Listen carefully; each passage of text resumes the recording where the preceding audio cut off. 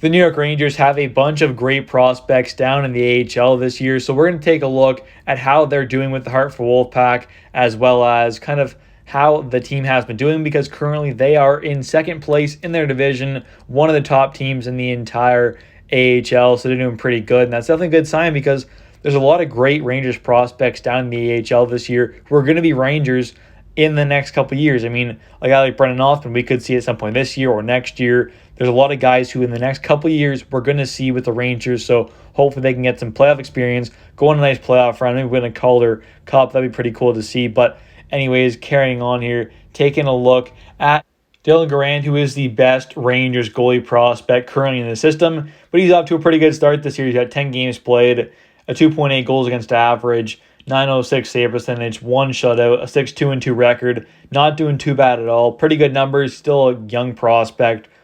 Pretty high upside, some good talent. So hopefully he can develop into a good NHL starter one day. Next up here, we'll take a look at some of the skaters. Brennan Othmann is off to a great start this year. He's got 19 games played, 6 goals, 9 assists, 15 points. He's a -2 on the season, but still playing some pretty good hockey. I mean, obviously getting a lot of experience, some top-line minutes on the power play and just on 5-on-5. So that's good for his just development overall, and that's kind of why he's not getting the call-up right now, because he'd be in the bottom 6, not getting a whole lot of ice time. So it makes sense to keep him down there and allow him to get a lot of more ice time, a lot more experience, and keep developing into hopefully one day, top-line kind of star player. Anyways, carrying on here and taking a look at the next guy here, Brett Berard, another good winger prospect here.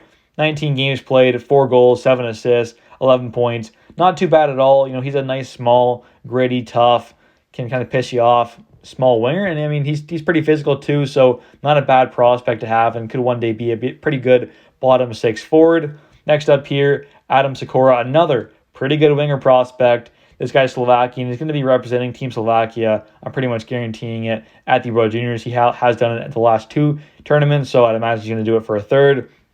But he's got 19 games played, 4 goals, 7 assists, 11 points. Not doing too bad. +7 as well, so very good plus-minus.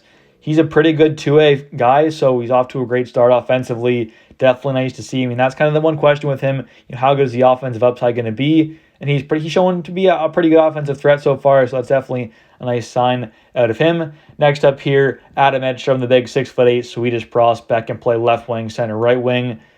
18 games played, 7 goals, 2 assists, 9 points. Not too bad at all. +6. He's off to a great start this year, so we'll see how he continues. But overall, not a bad prospect at all. Then we have here Ryder Korzak in his first year of pro hockey. He's a rookie in the AHL. He's coming over from the WHL. 17 games played. He's got 2 goals, 4 assists, 6 points. Not doing too great, but he's still producing a bit here, so hopefully he can get produce a bit more. But obviously these numbers are not too terrible. Then we have here Brandon Scanlon. He's off to a decent start. Not necessarily a prospect, but still a nice guy who's still in his mid-20s. A solid defenseman, some good depth. He's got 19 games played, 1 goal, 4 assists, 5 points. Not too terrible. Then we have here the big 6'8", another huge prospect, another forward, Matt Rempe. But this guy's more of a, just kind of a tough, physical kind of guy, more of a fighter than Edstrom, who has more of a kind of offensive talent, you could say. Rempe here, though, he's got 19 games played, 2 goals, 2 assists, 4 points, -3, 34 penalty minutes. He's not doing too great, but he fights a lot. He's a tough player. Could one day be a nice fourth liner in the NHL just because of his, tough physical play that he has. Then we have here Bobby Trevigno, a very disappointing player. He's got 13 games played, 2 goals, 1 assist, 3 points. Very disappointing. Former undrafted free agent, getting towards his mid-20s now. Hopefully can turn things around. Then we have here Carl Henriksen, another very disappointing prospect that just has not been able to produce over here in North America and really didn't do the greatest, you could say, over there in Europe as well. So hopefully can turn things around, but a former second-round pick, you're a center prospect. He's got 15 games played, 2 goals, 2 points. I mean, no assists, that's it. He's not doing too great offensively, but hopefully can turn things around.